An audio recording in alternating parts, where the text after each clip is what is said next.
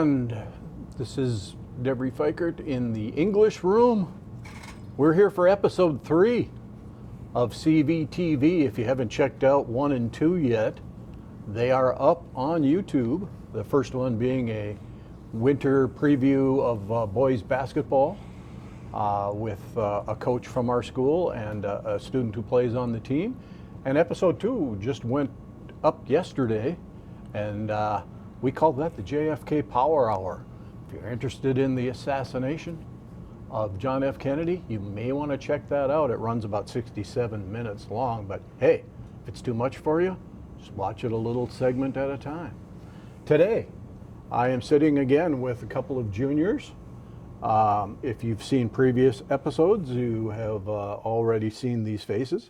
But once again, I have Cooper Broughton to my immediate right, and beside him is Charity Johnson.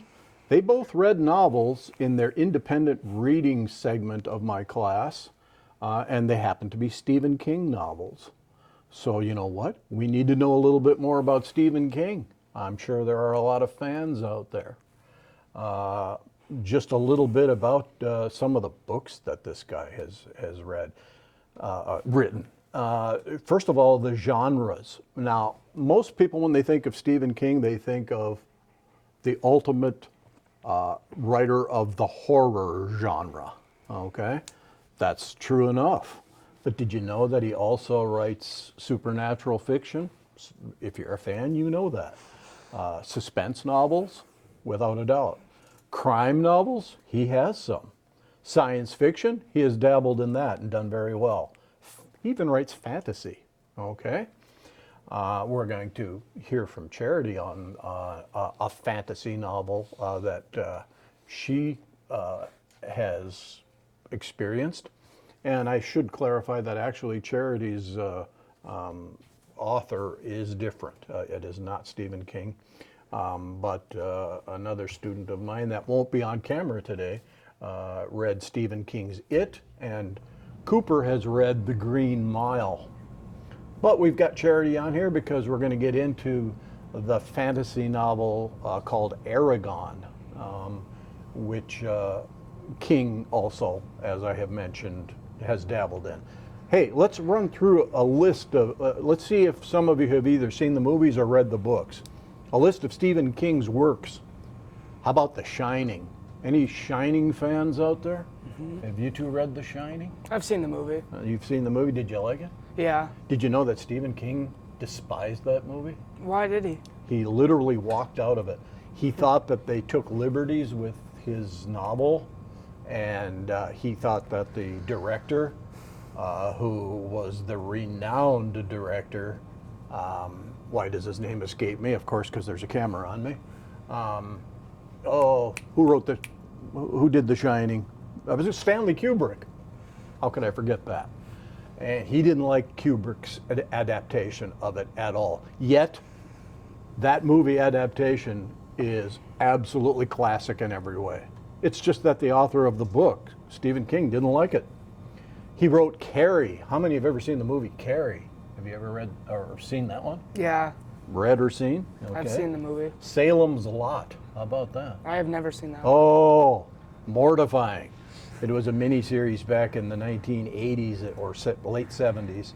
How about The Stand? That was another miniseries. Have you ever heard of The Stand? I've heard of it. I've never read or watched it. How about Christine? Mm-mm. The Possessed Automobile, a 1957 Chrysler, I think it is.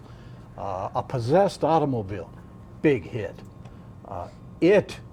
Yeah. Okay. Now, Chrissy Thompson, who was a junior in my class, she made a movie poster, and here is her rendition of a character, I believe. Chrissy, is that a character? Yep, It. Looks kind of scary. Okay. Just look at that smile. Chrissy, what was the, and she's just going to kind of shout at me and I'll just kind of rephrase it. What was the biggest thing that you enjoyed about Stephen King's It? Probably how it started. It started kind of with a bang. It started with a bang. Would you believe it if I told you that Stephen King has stated that the most important thing that he ever writes in any of his novels is the first line of the novel, the so-called attention getter. He said if you don't have a good first line, it just doesn't catch. I'm talking about a novel. And now I've taught all of you kids about attention getters and how important they are. He says they're quasi-important. All right. Here are some other ones. Cujo. The dog Of one? the dog, Yeah. right? Cujo. Creep Show. Pet Cemetery. The Raft, which is probably the scariest short story I've ever read in my life. And I think that is from a series of short stories from something called Skeleton Crew. I think I have that right. Two more biggies. The Shawshank Redemption, which many say, and many people in America have listed as their favorite movie of all time. It is not a horror movie. It seems very realistic. It is super inspirational. It's about a very serious topic, a man who's wrongfully accused and goes to prison. But if you have never seen The Shawshank Redemption, wow, that's all I can say. It is an R rating, so you may not be ready for that yet, but you kids are getting to be 17, 18 years old here pretty soon. If not already, I highly recommend The Shawshank Redemption. Have you two seen it by any chance? I've seen the movie. Did you like it? It's really good. It's awesome. It is awesome. All right. We're going to start with Cooper because, by the way, before we start with Cooper, what is your final word, Chrissy, from the back of the room on it? Would you recommend it to others? Or would you say, so-so? It depends on the reader because it's a super slow burner. Like, I'm only 200 pages in and the story hasn't even started yet. It's cooking really slowly. All right, gets going with a bang, but in typical Stephen King fashion, it cooks slowly, like in a crock pot. And of course, that's going to sustain interest. Scary, would you say, Chrissy?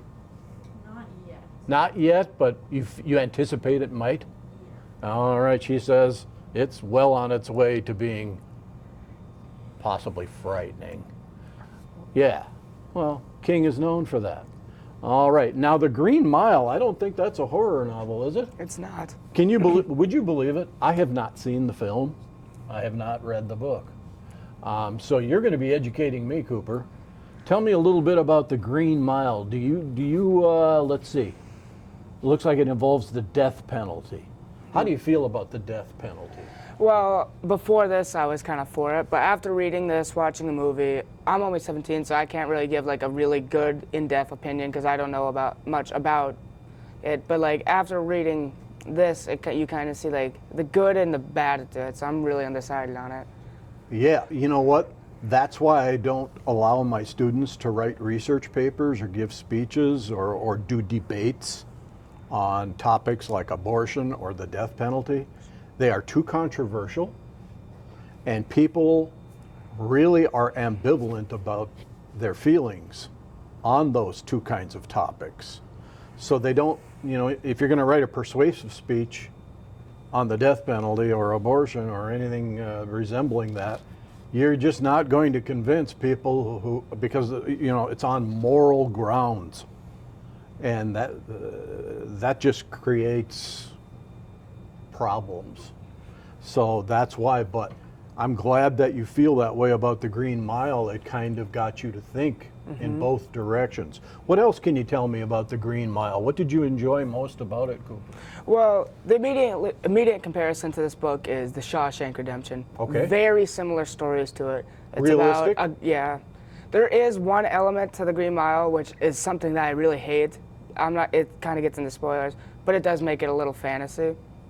But other than that, it's a really good book. The immediate comparison is The Shawshank Redemption. I personally think this book is better, but in tone, the two stories are completely polar opposite. Sure. The Shawshank Redemption is a story about hope and freedom and trying to get out of prison. This story is not. This is like, this is like your last place you're going to be. And any character you pretty much get a connection to, they aren't going to make it through the story. Very well articulated, Cooper. I like the way you phrased that. That tells me that he was actively involved with the book.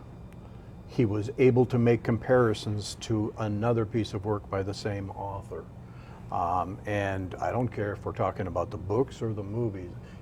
I gather that along with reading the book, you've seen the movie. Yeah. That's established. Which one was better? I think the movie does a really accurate job on depicting the book. It's probably one of my favorite movies of all time. It's really long, but it has Tom Hanks. Is it just because Tom Hanks was in it? Tom Hanks really steals the show on that one. Because he's always in something that's great, right? Is it Yeah. just him, or is it the movie itself, or the book that it was adapted from? That one can be debated forever, right? Yeah, he tends to star in some quality material. So, what do you think about prison guards and how they treat prisoners? What did you learn from that? It's another one I could go either way on because you could see in the story that there are some prisoners who need to be treated roughly. But this gets a little bit into the story. So they imprison a guy who did not commit the crime. His name is John Coffey. He's this huge man. He's African American. Yep. So he gets treated differently, and he is mentally challenged, so he can't really defend himself in that way, in Right. like any way he can. So a lot of guards pick on him, and you kind of find out through the story like he's dealt with a lot of struggles in life, and I think that's kind of sad.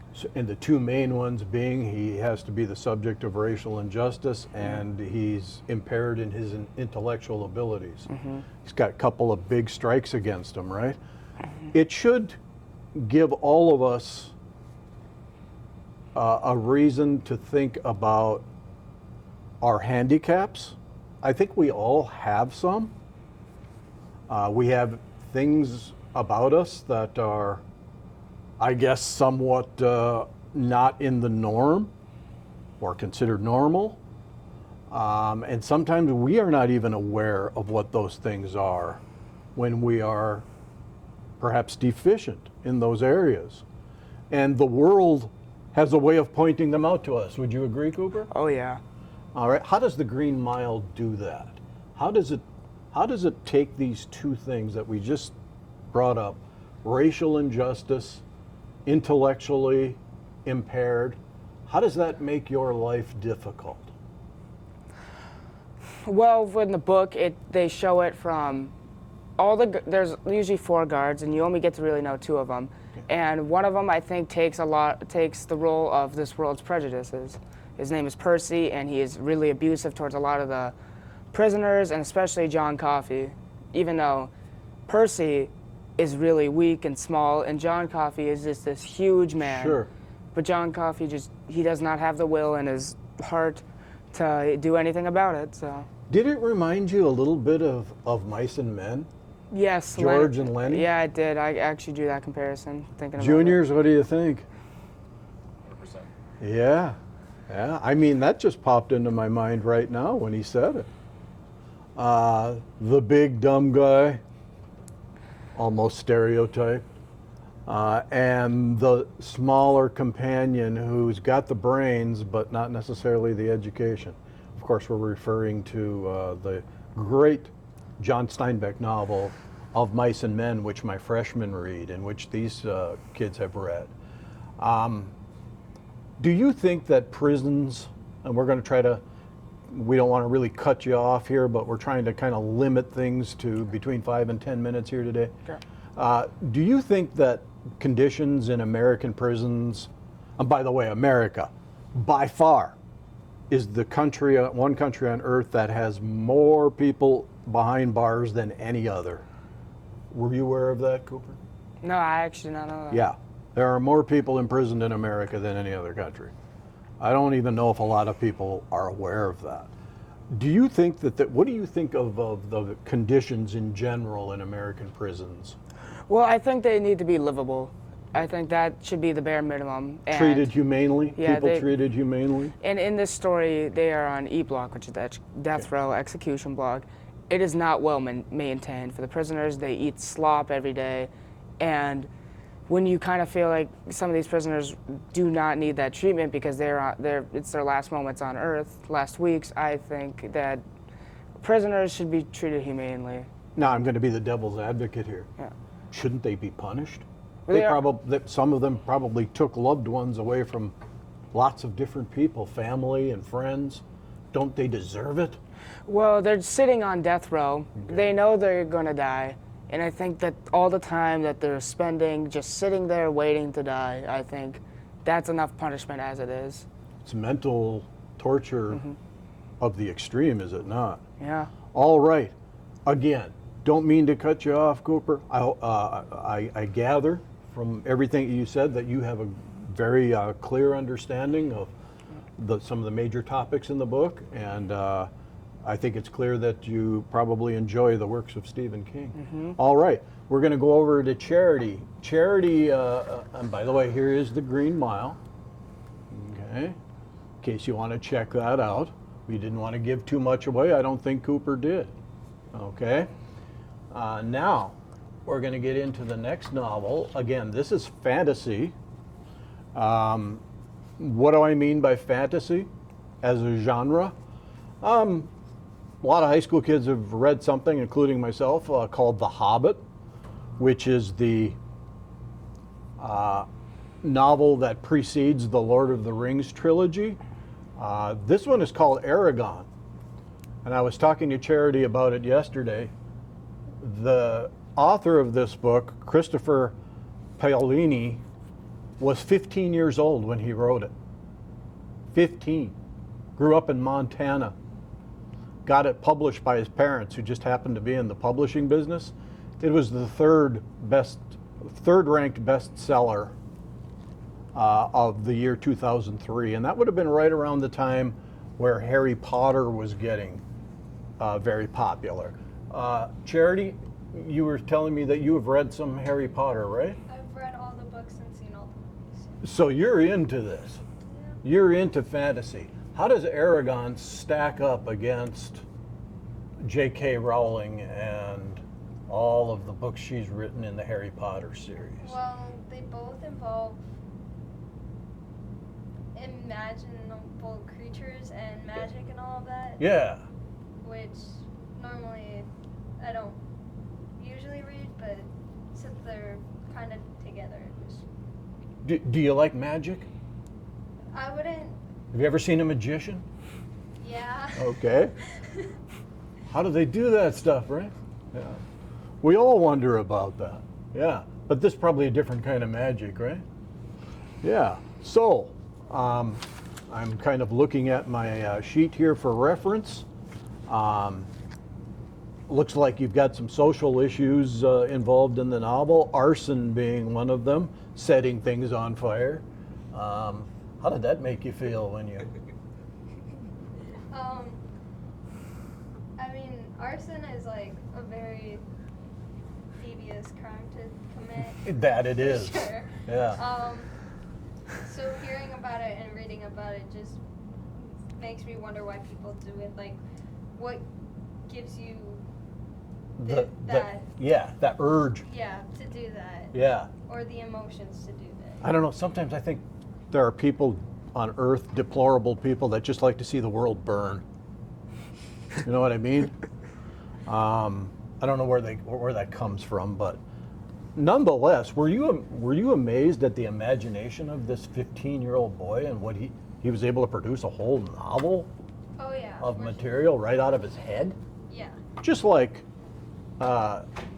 J.R.R. Tolkien, same thing. How do these people have whole imaginary worlds just in their head? This one had dragons in it. How did Paolini, I think I'm pronouncing that right, or Paolini, must be Italian,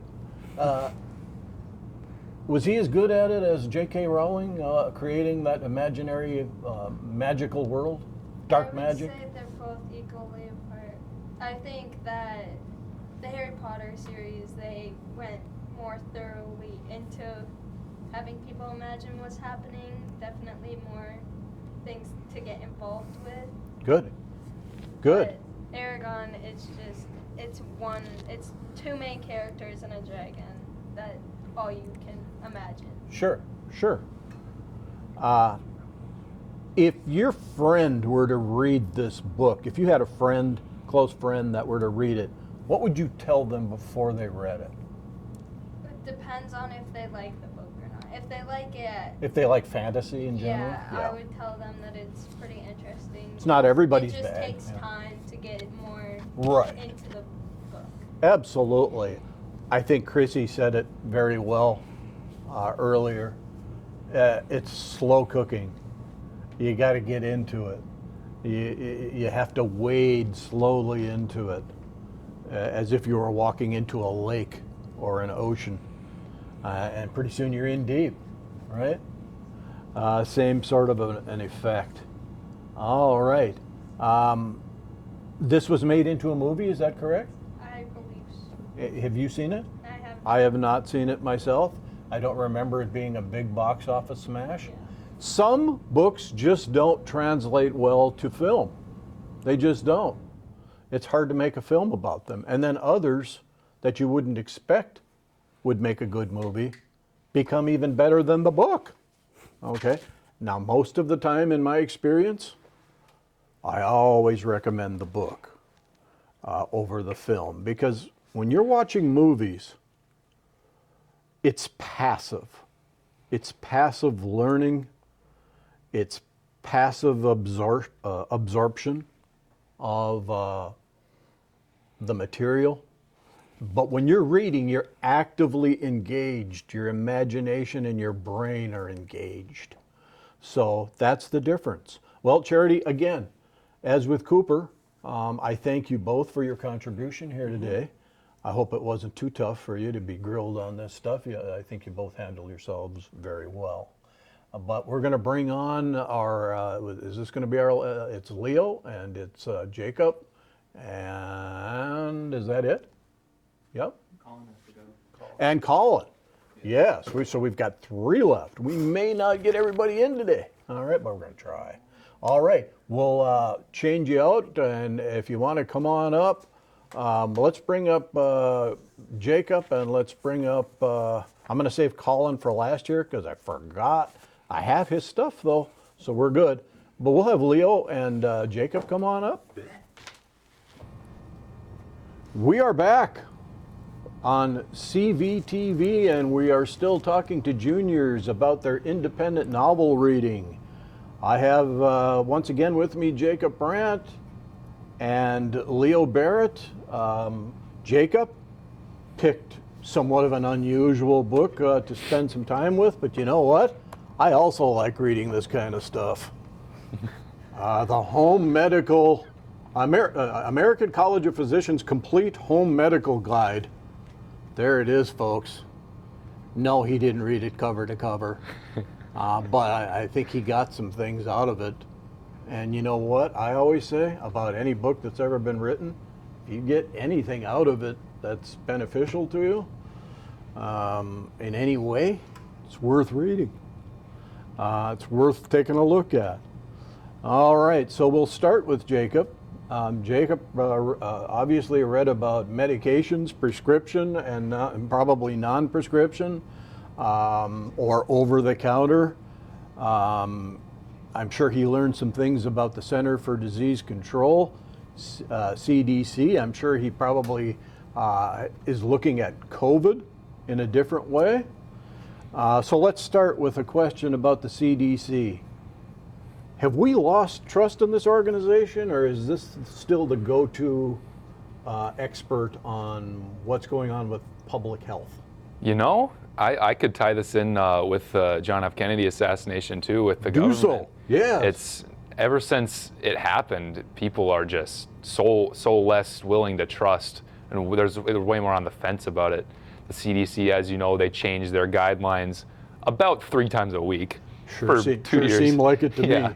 You know, and I suppose, and I've looked back at the 1918 Spanish flu. There we have some stats right here. Trust on the in the CDC overall has fallen to 44%. Democrat people who are of that type of ideology, 69% have trust in it. Independents, 37%. GOP or Republican, only a scant 22% believe in the CDC. So you can see that politics are involved here in how we view government Extremely. agencies now, especially since 2020. That's just the way the world is rolling right now, especially the United States of America. Let's just get this question out there. Looking at it all in the rearview mirror 3 years in, Jacob, was COVID handled appropriately? You know, I think that it was taken to an extent that was maybe a little bit extreme, to shutting things down, to Yes. just the hazmat. We have to walk around in a hazmat suit.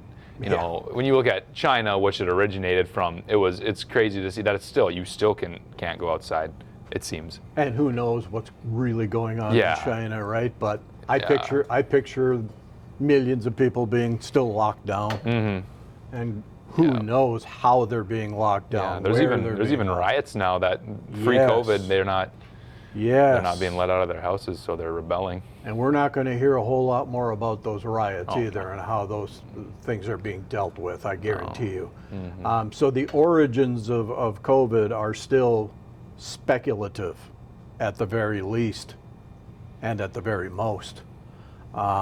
If you don't know how something started, and we may never know, how are we going to deal with the next one? Is that 100 years away? Or is it a few months away? God, I hope it's 100 years. I don't ever want to have to go through that again. But how did you feel about masking? Oh, There you go. I'll tell you, when you're sitting in school for those 7-8 hours, towards the end of the day, that the mask string could cut your ear off. Oh, man. I swear, it got Hard to be breathe? hard to breathe, just a complete nuisance. What do you think about people that are still wearing masks outside? Really. Do you think it's just fashionable, or do you think maybe that's what we got to do for public health? I mean, I'm not forcing my beliefs on anybody, but I Right. believe that the only way to make this world move forward is to try to return it to normalcy. Try as much as possible, and you know what? Maybe maybe that was an event that has forever changed it. I don't know. I don't know what's right either.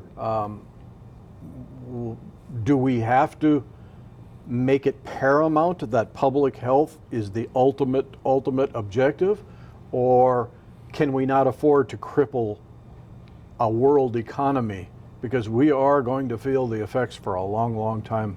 So much to talk about when it comes to drugs, and we know that prescription drugs are super abused. Yes. This goes back to Elvis Presley, Oh yeah. who absolutely filled his body with drugs. Elvis wasn't a druggie. He had his own personal doctor that prescribed all these medications for him, and he just one day OD'd on them at age 42. But he always said, well, my doctor prescribed them for me. They must be okay. Elvis was not okay. No. Take a look at a picture of him from 1977. And maybe Landon can get that up. See if you can get one of the last pictures of Elvis up. I'll show you what prescription drugs can do to you.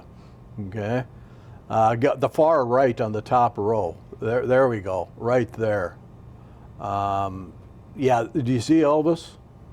Everybody? If we show you a picture of him from 1968 in his comeback concert at Las Vegas, this was a young, vibrant fellow. And 42 years old, he perishes, he passes away. He didn't even look anything like himself. That's what prescription drugs did to that man. And we all know what happened to Michael Jackson.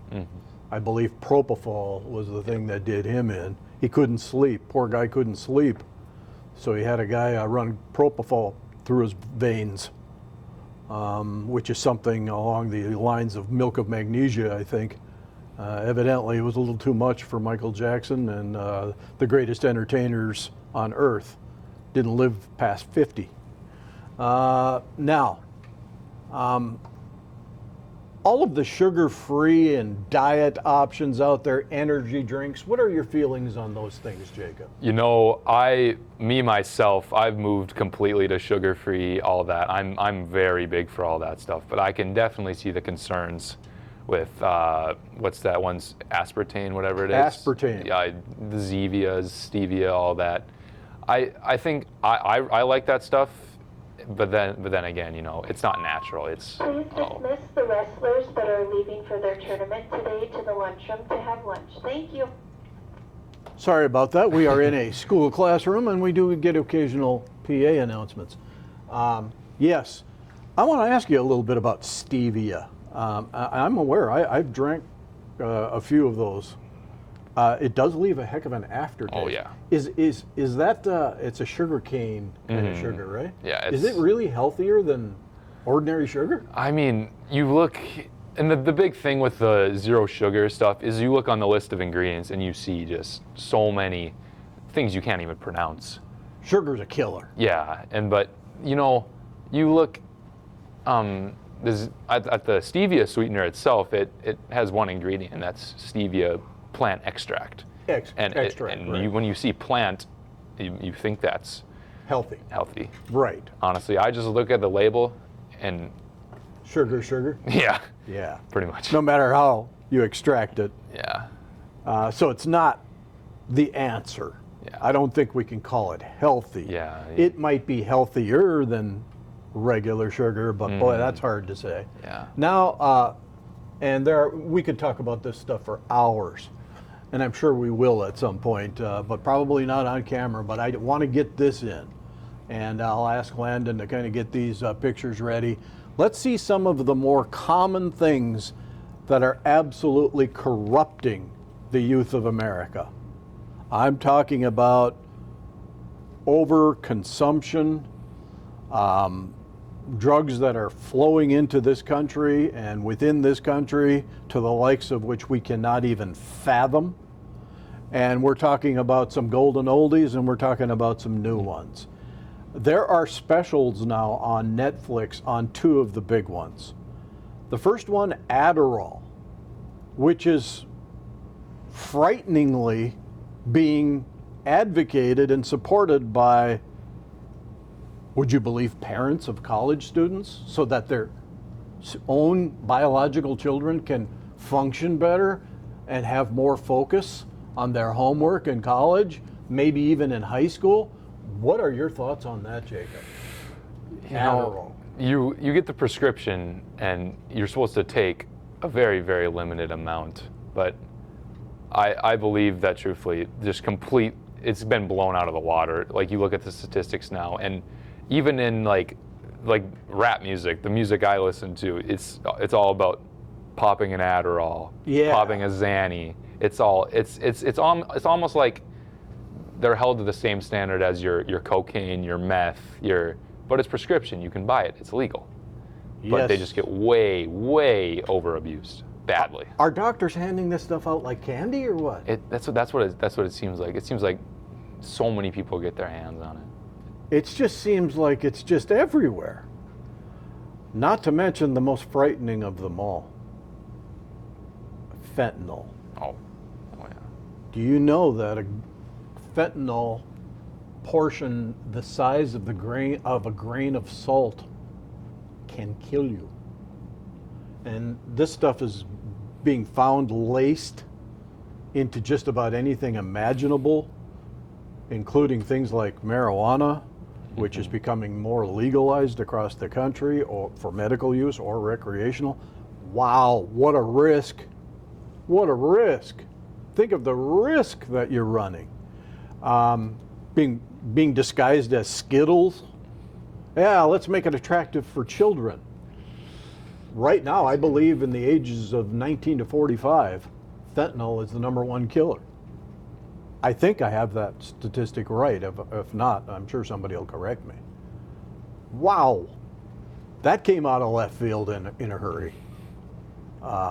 What are your thoughts on the immersion into the drugs that we're seeing young people having to deal with, Jacob? It's extremely disheartening to see Disturbing. that it becomes such a big reliance for people that get Yes. addicted. And The addiction qualities, let alone the potential to kill you. Yeah, you can't say enough about it. So you may have over-the-counter drugs in the cupboard at home. Are they sealed? Are they locked away properly? Can your kids get into those cupboards? Those are legitimate concerns. Yeah.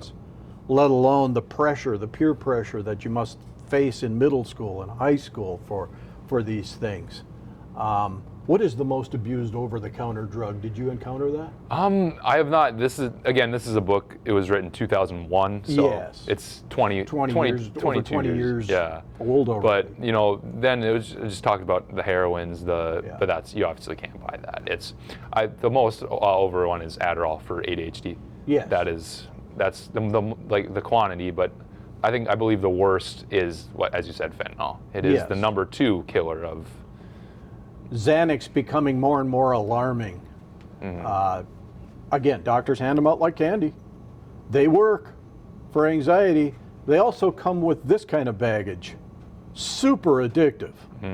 And I heard the withdrawal from it is terrifying. And I'm talking about even small daily amounts, like a half a gram, which is really weak, but it can actually get you physically hooked to the point where you can't get off of them. I just can't believe that we've come this far.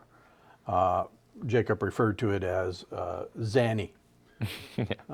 Brings to mind Zanny the nanny, the Casey Anthony case, which some people believe wasn't a real babysitter, which she tried to blame the disappearance of her child on. The babysitter stole the child. No. She said she called the babysitter, her name was Zanny. Well, her friends figured it out. She's probably giving her child Xanax to put her to sleep so she wouldn't cry. We'll never know, okay, if that was the case. But that's how common these drug names get to be in the lexicon of our language. And people want to try these things. They want to experiment with things. People have always experimented with drugs. That is no new thing in the 2020s or the 2000s. It's a fact of life. But the kinds of dangers that these things pose, off the hook. Just absolutely off the hook. Okay, wish we had more time, Jacob, and I'm sure you and I will talk more about these topics. But we're going to try to go over to Leo, who read a book called The Man in the Iron Mask. That was also made into a film. Did you happen to see it, Leo? No, I have not seen it. You have not seen it, but you read the book? How much of the book did you get through? Like a good portion. I would say. Pretty good portion? Yeah. Yes, indeed. What's just your overall impression of The Man in the Iron Mask? Would you recommend it? Yeah.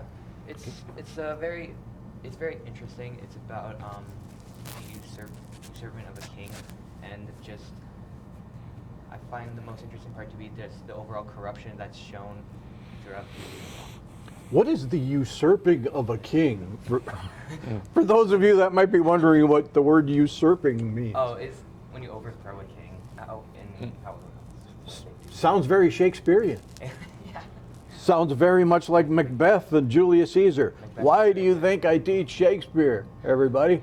Okay.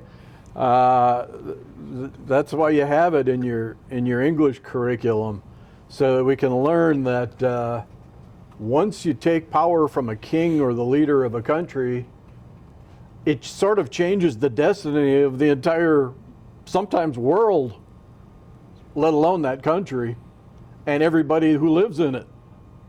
It changes your destiny. And who's going to fill the power vacuum when you take out the so-called bad king, or the bad president, or the bad leader or dictator? Yeah, even evil dictators can be replaced by even more evil dictators. What do you do in the power vacuum? Did the man in the iron mask have anything to do with that, Leo? It did. Okay. I mean, I would have to describe it by spoiling most of the book. Yeah, and we don't want to spoil it, right? But What can you tell us about it? If you were to say that we have a teachable moment here, and let's pretend you're the teacher, Leo, what would you have to say in terms of any kind of learning that you could get out of the man in the iron mask? really that you don't know what's going on behind the scenes, to be honest. Because, I mean, there's a king, and then he has, you know, the layers of power between each kingdom, and you don't know how how each individual feels about you or what they're trying to do, especially specifically, because there's multiple people trying to overthrow the king in this book. Of course, we're talking about politics. There's politics within a monarchy, a republic, a democracy, socialist, capitalist, whatever the underlying thing is there. But there's always the world you don't see as to how they are manipulating and gaining or losing power behind the scenes, and then what we see on the surface on our television sets, and we don't really know who's running what. Sorrowfully, we are out of time, but we will pick it back up. I want to thank my guests today, Cooper, Charity, Jacob, and Leo, and we will try to get the last piece of this into place for tomorrow. Thank you. For CVTV Today, we bid you adieu.